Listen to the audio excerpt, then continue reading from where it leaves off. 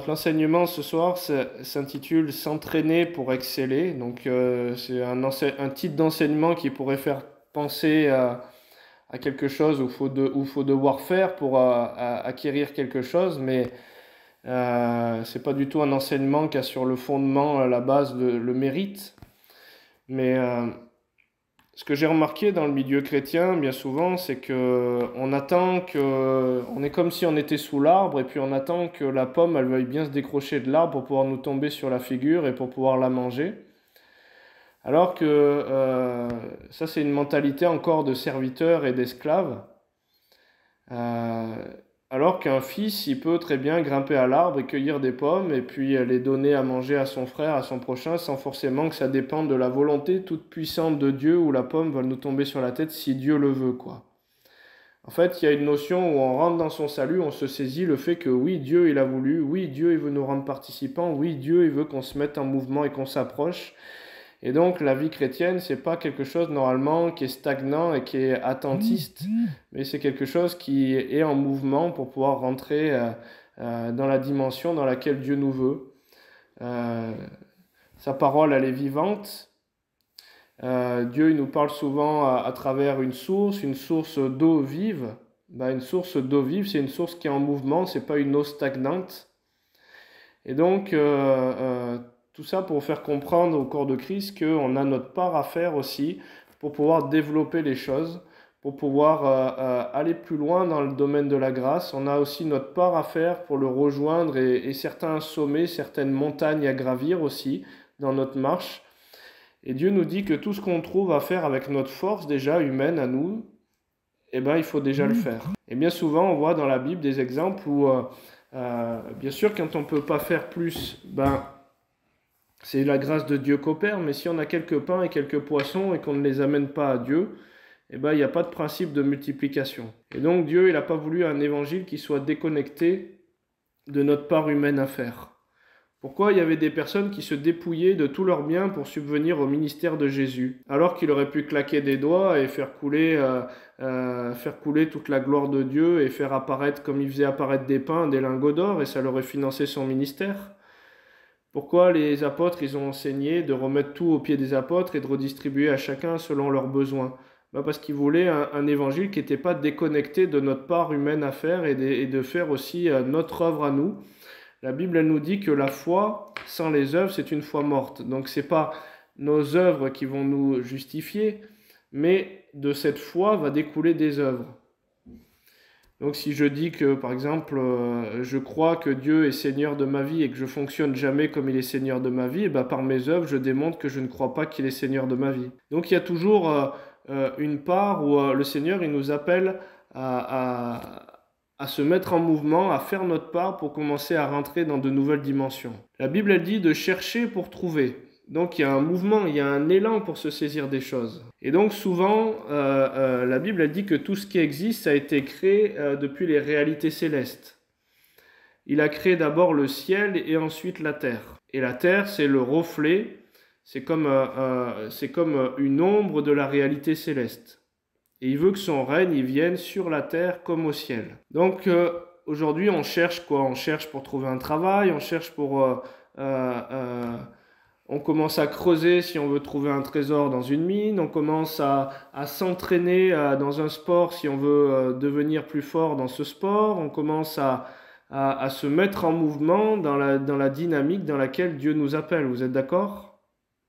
C'est la même chose pour le sport. Le sport, c'est juste le reflet de principes spirituels. C'est si je m'entraîne, si je pratique, je vais commencer à acquérir un niveau différent. Donc c'est important de comprendre qu'il y a une notion d'entraînement. Il prend souvent des images un petit peu militaires pour nous parler, mais ça nous parle aussi d'entraînement. Ça nous parle aussi de notre part à faire pour tenir certaines choses dans la grâce de Dieu. 2 Timothée 2, verset 4, « Il n'est pas de soldat qui s'embarrasse des affaires de la vie s'il veut plaire à celui qui l'a enrôlé, et l'athlète n'est pas couronné s'il n'a pas combattu suivant les règles. Il faut que le laboureur travaille avant de recueillir les fruits. » Donc avant de recueillir certains fruits, avant de voir la grâce et une gloire nouvelle, il faut qu'il y ait un travail, il faut qu'il y ait quelque chose qui soit mis en pratique avec déjà ce que je peux faire.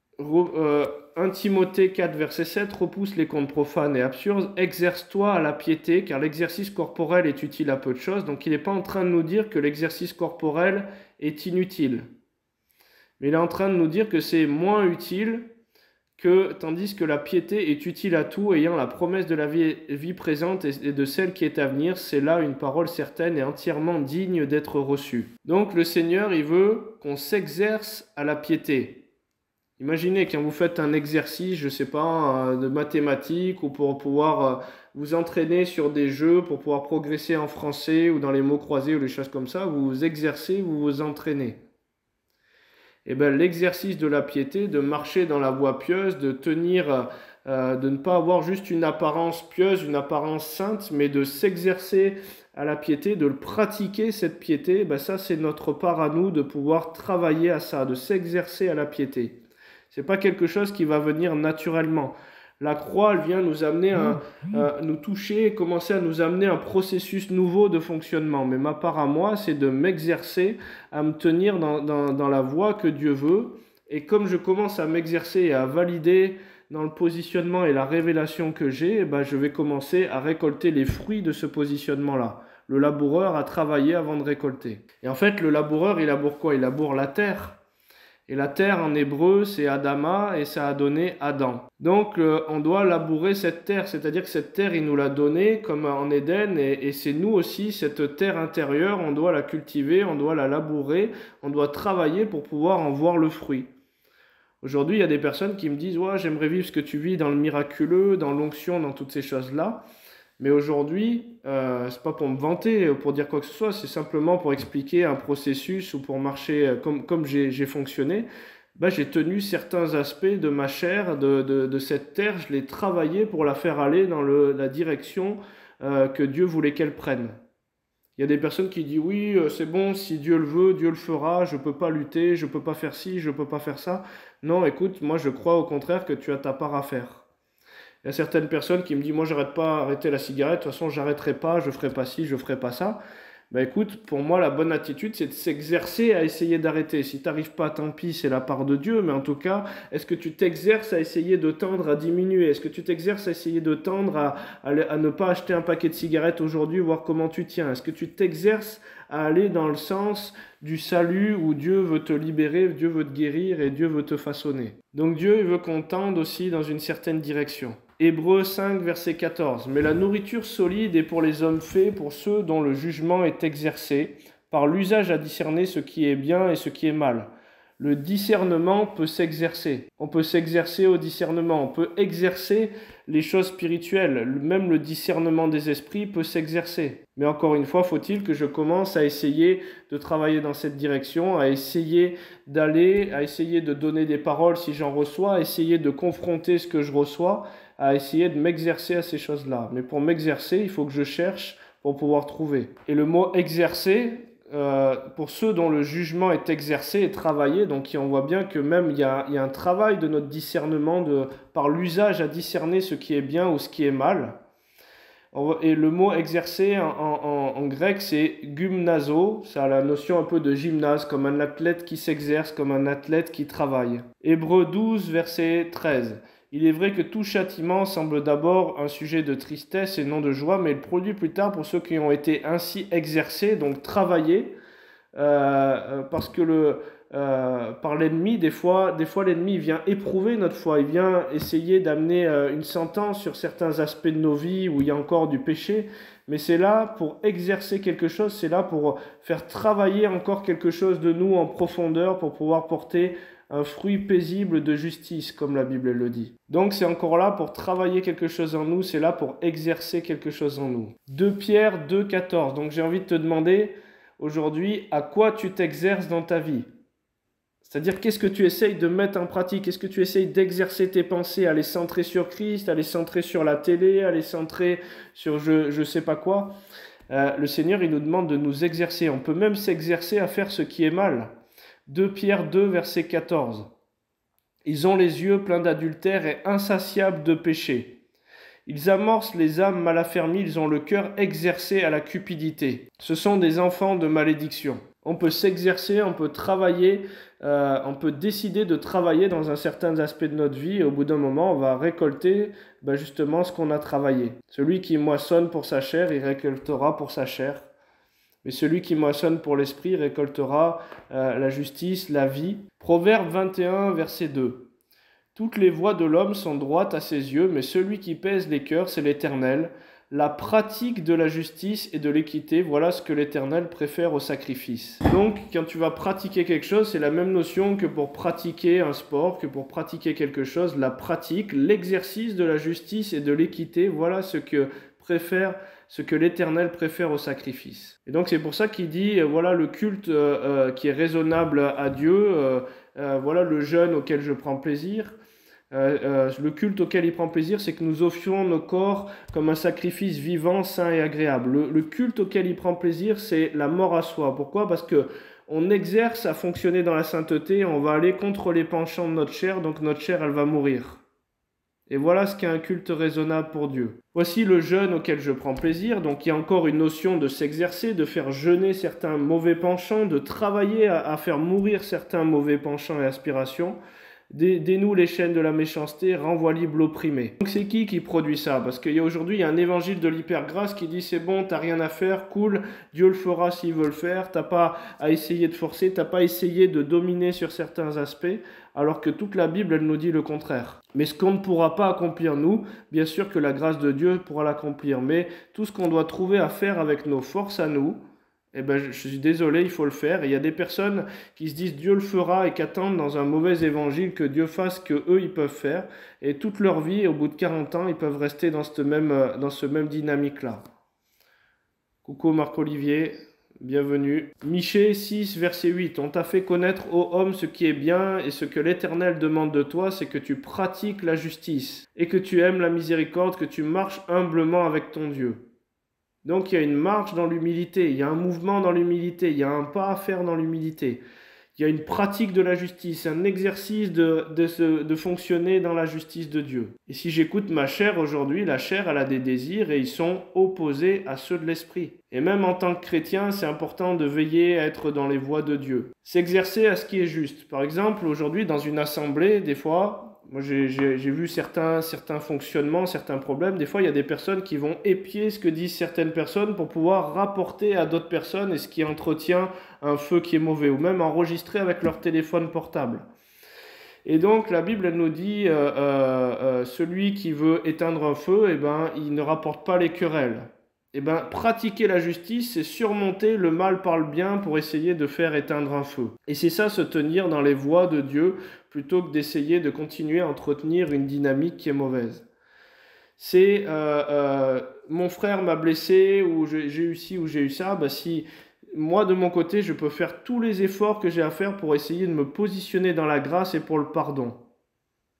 C'est ma part de don à moi à faire. Maintenant, la guérison qui m'est inaccessible, c'est la part de Dieu. Mais ma part de don à moi à faire, le fait de me positionner dans la justice de Dieu qui est la grâce, c'est de décider de ne plus me souvenir des offenses et de pardonner, de lui déposer à la croix et de le laisser être le juste juge sur cette affaire. Aujourd'hui, on voit dans des assemblées des personnes qui ne se pardonnent pas. Oui, je te demande pardon, mais ne pratiquent pas ou ne s'exercent pas à rester dans la voie du pardon qu'ils ont décidé de prendre. Et puis il dit je te pardonne et le lendemain ils sont en train d'envoyer des coups sur le frère ou la sœur. Et donc il y a un mouvement de recherche de sainteté, d'exercice de la sainteté, de la pratique de la sainteté qui n'y est plus. Jérémie 22, verset 3.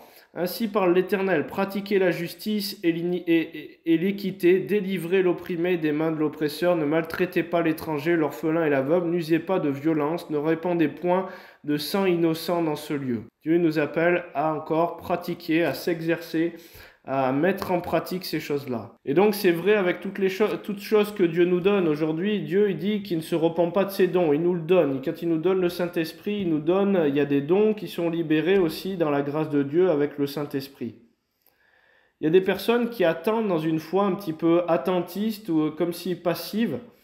Ils disent moi j'ai reçu un parler en langue et puis je sais pas, mon parler en langue c'est da da da da da baba, mais j'ai pas plus. Et j'attends que Dieu me donne plus. Mais si Dieu te donne ça, et que toi tu le pratiques pas. Moi j'ai un ami un jour qui a reçu un parler en langue et puis ça lui convenait pas ce qu'il avait reçu et puis à un moment il boudait, il disait à Dieu voilà je vais arrêter de faire ça parce que je sais pas si même ça vient de toi.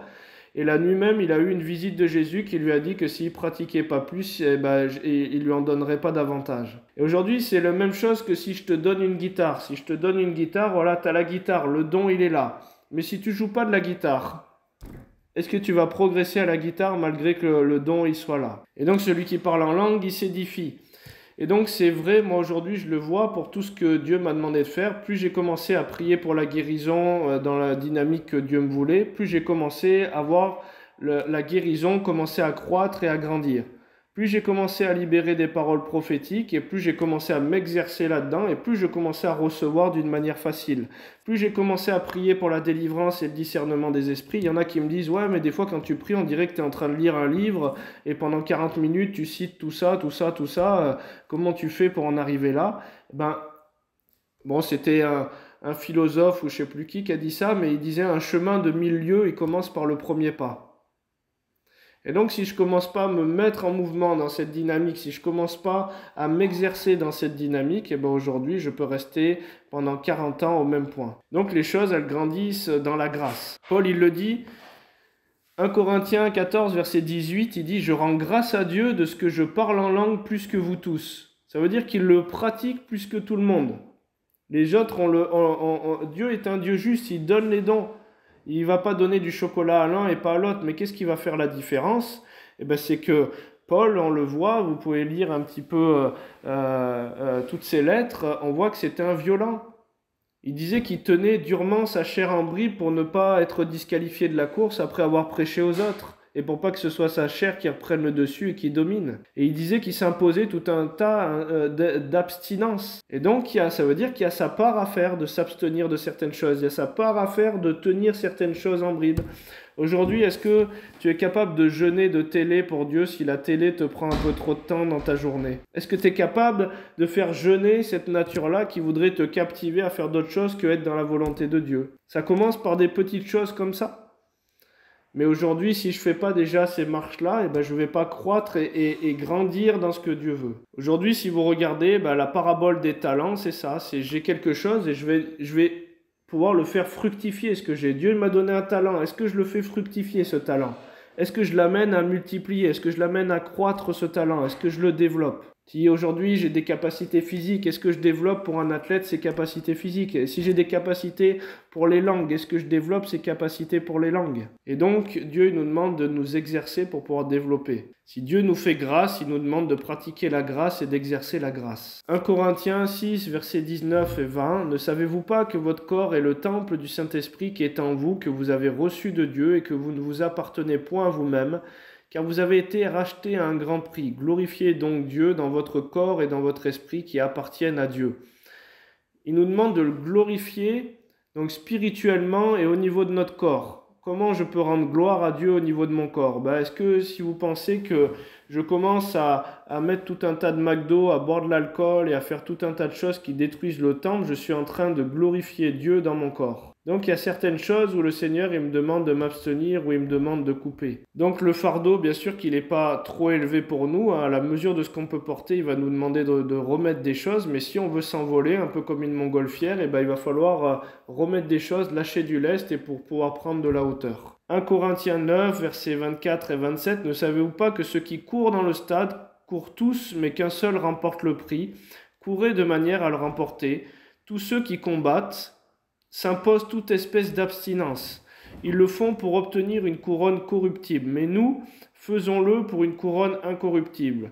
Moi donc, je cours non pas comme à l'aventure, je frappe non pas comme battant l'air, mais je traite durement mon corps et je le tiens assujetti de peur d'être moi-même rejeté après avoir prêché aux autres. Vous imaginez dans le degré de sainteté, le niveau de recherche de sainteté, d'exercice et de pratique de rester sur la voie sainte dans laquelle ils étaient.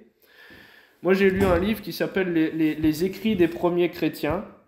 Vous savez, aujourd'hui, dans les assemblées, des fois, on voit des femmes ou des hommes habillés courtement ou avec des trucs ultra moulants pour bien montrer leur forme ou avec des mini-jupes et des décolletés, des choses comme ça.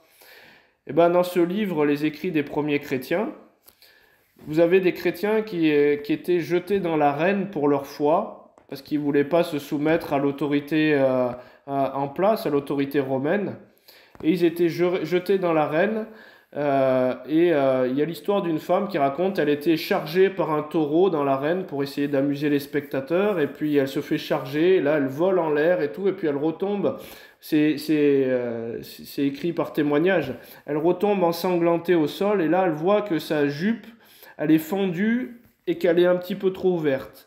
Et le gars, il témoigne, il dit, elle s'inquiétait même pas du taureau qui était en train de la charger, mais elle s'inquiétait qu'on ait pu dévoiler sa nudité aux yeux des autres. Et il y avait un niveau de gloire et de sainteté. C'est l'animal, il raconte, je crois, dans cette histoire, il n'arrivait même pas à venir au bout de la femme.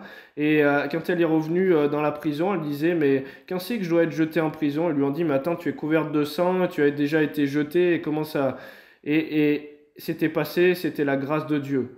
Mais voilà la recherche de la volonté de Dieu, la recherche de sainteté qu'il y avait à l'époque, et aujourd'hui, ben, ça s'est un petit peu perdu. Et quand on va dire à quelqu'un, attention, voilà, comme tu t'habilles ou quoi, ouais, t'es religieux, ouais, le droit des femmes a progressé depuis, ou le droit des hommes, ou ci ou ça, ou alors, comment ça, je pourrais pas venir avec mes tatouages et mon débardeur pour montrer mes biscottos que j'ai eu à la salle.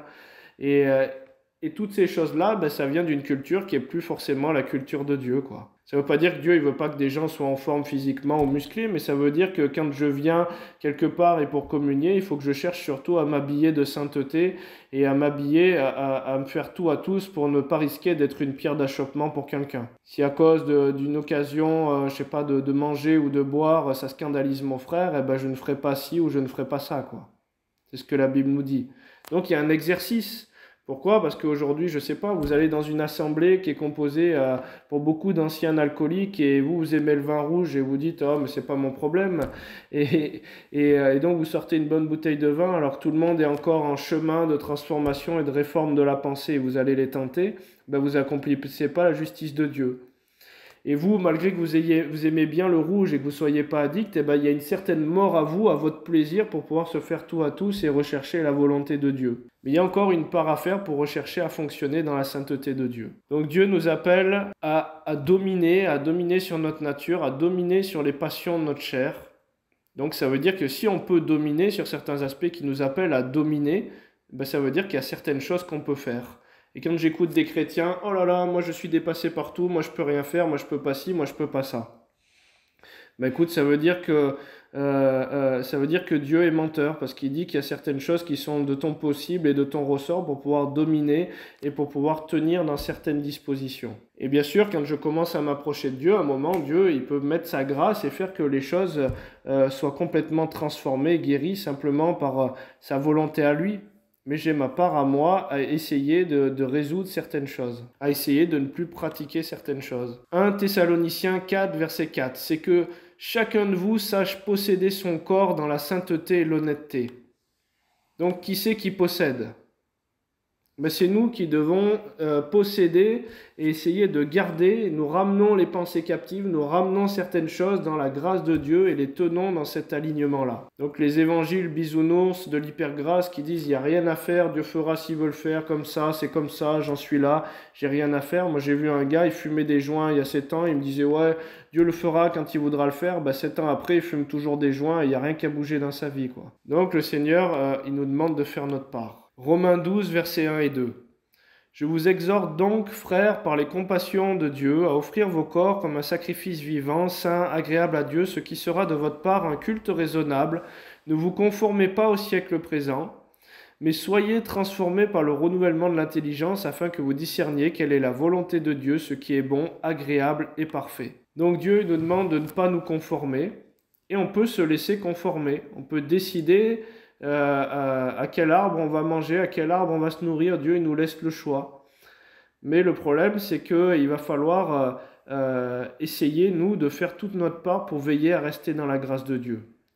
Il y a des personnes qui me disent « mais je sens que l'onction ne progresse pas, je ne sens pas d'évolution dans ma marche chrétienne ».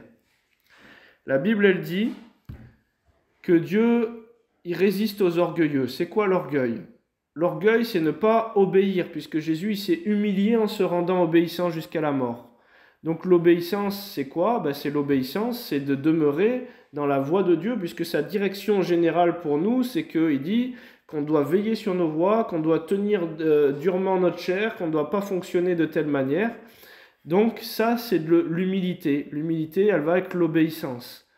Et l'orgueil qui précède la chute, c'est quoi? C'est justement se lever contre ça et ne pas fonctionner comme Dieu nous attend. Et donc l'humilité, il y a un bénéfice derrière, à tenir sa chair en bride, à essayer de fonctionner dans la sainteté. L'humilité précède la gloire et l'orgueil précède la chute. Ça veut dire quelque chose, une condition qui ne va pas aller vers le haut, alors que l'humilité va aller vers la gloire, vers une dimension encore plus élargie. Mais la gloire de Dieu, elle va avec la marche dans la sainteté, dans la marche, dans la voie de justice, dans la voie qui plaît à Dieu. Et donc, il y a certaines choses.